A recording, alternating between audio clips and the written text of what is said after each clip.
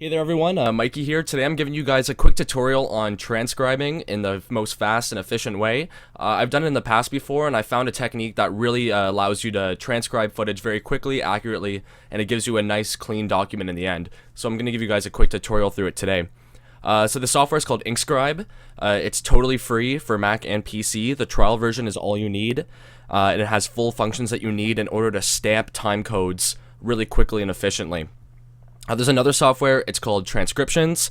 It's $4 and you can get it on the Mac store. I've used it in the past and I find it's a little bit smoother than Inkscribe, but I'll leave that up to you guys if you want to drop the extra coin or not. But for the meantime, Inkscribe is what we're going to be using today, and it's definitely the most fast and efficient way to watch a video live and stamp a time code easily without having to manually type it out. And that's going to be the thing that's really going to speed up your transcription process for interviews. So when you open up Transcribe, you'll see this. Just continue using the trial version, and you'll be presented with this kind of window. So right away you can see there's a source monitor as well as a text edit space. So what you're going to do is just import your media source. So this would be your raw full-length interview clip. For the sake of this, I'm just using our support material. So you'll select it and make sure you have use media timecode selected. You don't want to do a custom time, or else it may screw up your timing on your video. So import it in, and right away you'll see that your video is loaded on the left side, and that on the right side there's an option to enter text. To show you guys really quickly what I mean is, if you play the video a little bit, you can pause it at any point, and you can enter a time code stamp that lines up perfectly with your playhead.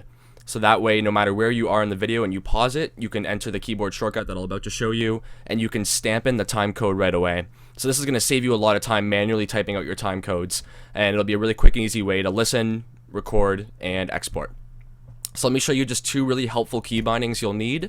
The first one is what I just did, which is insert time or insert time code, and that's control semicolon. For Mac, it'll probably be command semicolon, but that's how you're going to be entering your time code no matter where you are in the video. And the other thing you're going to need too is your play and pause, which is I set to tab, and then I have an 8-second skip back, which is control tab. So if I want to go back 8 seconds and listen to what the person said again, if I didn't quite catch it without having to pause the video, I can just skip back and do that. So these are your two most important ones. So let's give it a little go right here. Well, my name is Andy Sittler. So I heard, my name is Andy Sittler. You're probably thinking already, if that's a little quick, what you can do is you can adjust the play rate of the video. I wouldn't go much slower than half speed, or else it becomes a little illegible. But that way you can type and listen live. So listen. Andy Sittler. I'm third generation Sittler here. So, generation Sittler here. I would hit enter, burn the time code, and then space it out. This is Jesse Lynn. This is Jesse Lynn, and burn the time code. So essentially you would go through your entire interview clip, and you would just burn in your time codes with all the lines that you hear. So that's kind of a really brief tutorial on it. But the thing about Inkscribe is that you can't actually export a text document on the free version. So what I've done is I've went and I've made an interview transcript that I used in the past. It's really clean. Essentially up in the top you'll see the name of the film you're working on. The length is pretty important, but the most important information to put at the top for yourself and your editor is the file name. So for example, you're going to be using a raw interview clip, so it could be MVI_0001.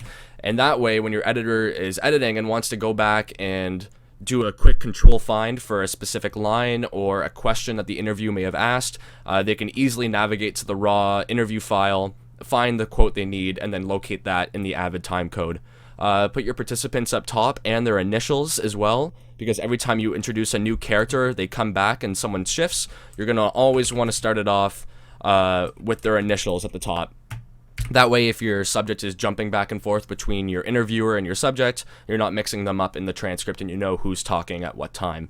So what I would do is you would open up this document, you delete all of the stuff I had before, and all you would do is simply open up Inkscribe. You would copy everything that you typed out, and then you would just simply paste it here in the Word document. So that way you'll have a quick and efficient way to save all the all the transcripts that you did, and you can go back and reference this anytime during editing. And the most important thing, you can just hit Control Find, and you can see where did he talk about his dog Jesse. You can type in Jesse, and it'll find it right there in the transcript for you with the time code lined up, so you can find any quote you need quick and easy.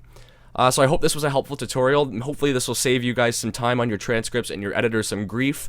If you all use the exact same template, it'll be a really easy way for you to sort through your material and find what you need quickly. So thanks so much for watching, and good luck shooting.